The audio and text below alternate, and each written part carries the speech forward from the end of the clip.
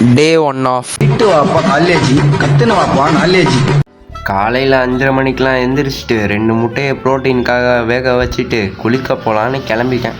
குளிச்சுட்டு வந்து பார்த்தா முட்டை கருகி போச்சு. சரின்னு காஸ்டியூமை போட்டுட்டு பஸ் ஸ்டாண்டுக்கு போய் பஸ்ஸுக்கு வெயிட் பண்ணால் பஸ்ஸு வரவே மாட்டேன்னு அடம் பிடிக்குது. ஒரு வழியாக பஸ்ஸில் ஏறி உக்காந்ததுக்கப்புறம் தான் நிம்மதியாக இருந்துச்சு. அப்புறமேட்டு என்ன காலேஜில் கால் தடத்தை பச்சாச்சு அப்படின்னு நினச்சிட்டு போய் பிரேக்ஃபாஸ்ட் சாப்பிட உட்காந்தா பொங்கல் கேசரி வடைன்னு நிறையா வச்சாங்க. ஆனால் கேசரி மட்டும்தான் நல்லா இருந்துச்சு, மற்ற எல்லாம் ஆவரேஜ் தான். ஐடி கார்டு கொடுத்தாங்க எல்லாருக்கும், எனக்கு மட்டும் காலேஜ் திறந்ததுக்கப்புறம் வாங்கிக்குவான்னாங்க. அப்புறம் இன்னும் ஒரு கஷ்டமான விஷயம்னா இண்டக்ஷன் ப்ரோக்ராம்னு ஒன்று வச்சாங்க. அதில் ஃபஸ்ட் ரோவில் உட்கார வச்சுட்டு என்னை பார்க்க வச்சுட்டாங்க. அந்த ஸ்பீக்கர் வேறு மறைச்சின்னு ஒன்றுமே தெரியல.